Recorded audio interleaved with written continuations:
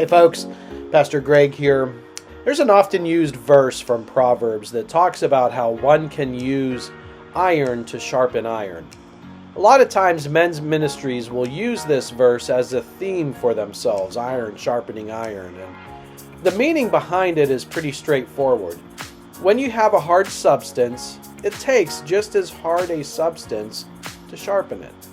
It's a great verse that serves as a reminder of how a Christian can grow in his or her life. But there's a second part to the verse. Proverbs 27:17 reads, "Iron sharpens iron, and one person sharpens another."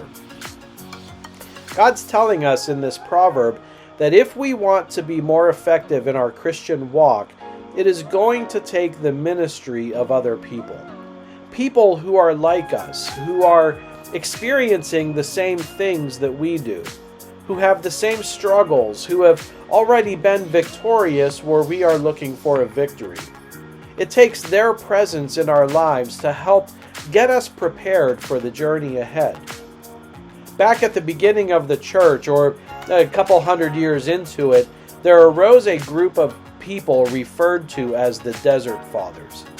These were men who were hermits and ascetics. An ascetic was a person who deprived themselves of any worldly pleasure or necessity to focus on their spiritual lives. When I first heard about these people in seminary, I remember a few of the students being really impressed by these men who would leave society behind, find a cave somewhere, and live by themselves to work out their faith. They would say things like, "Man, I can't believe the devotion of these men." Finally, I had to speak up in class. I told them, I'm actually not impressed by them at all.